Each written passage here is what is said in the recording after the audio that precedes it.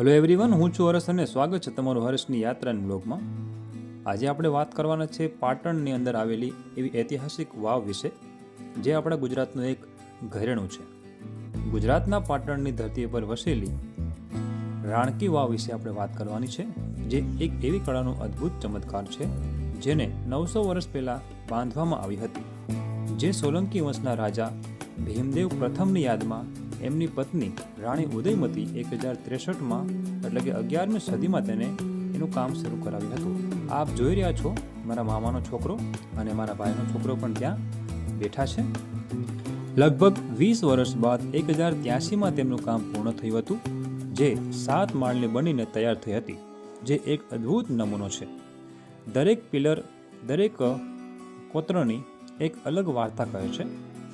અહીં ઉતરતા જ લાગે કે આપણે એક જૂના સમયમાં આવી ગયા છે.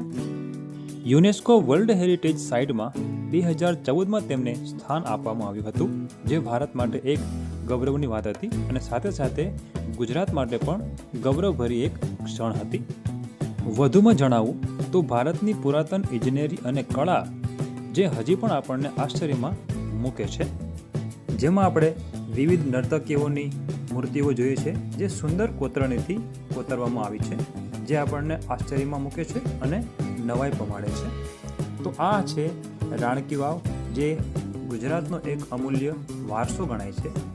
તો જ્યારે પણ આપ પાટણ આવો છો તો આ 7 માળની રાણકી વાવની મુલાકાત અવશ્ય કરજો, કારણ કે અહીં દેશ વિદેશના લોકો પણ ફરવા આવે છે.